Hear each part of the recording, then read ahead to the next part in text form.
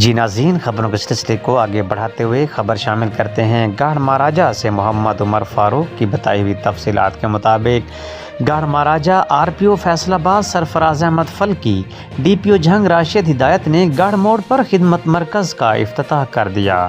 تفصیلات کے مطابق RPO فیصل آباد سرفراز احمد فلکی DPO جھنگ راشد ہدایت نے گڑھ موڑ پر خدمت مرکز کا افتتاح کر دیا۔ افتتاحی تقریب لئیہ روڈ گڑھ موڑ پر منعقد کی گئی۔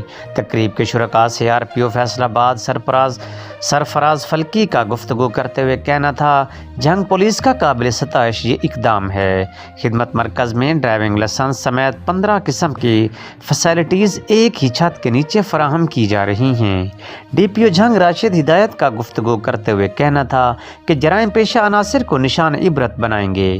پنجاب پولیس کا ہر جوان عام آدمی کی جان و مال، عزت آبرو کی حفاظت کے لیے ہمہ وقت تیار ہے۔ صاحبزادہ حبیب سلطان کا گفتگو کرتے ہوئے کہنا تھا کہ گڑھ موڑ پر پولیس خدمت مرکز کا قیام تحصیل بھر کی عوام کے لیے خوش آئند ہے۔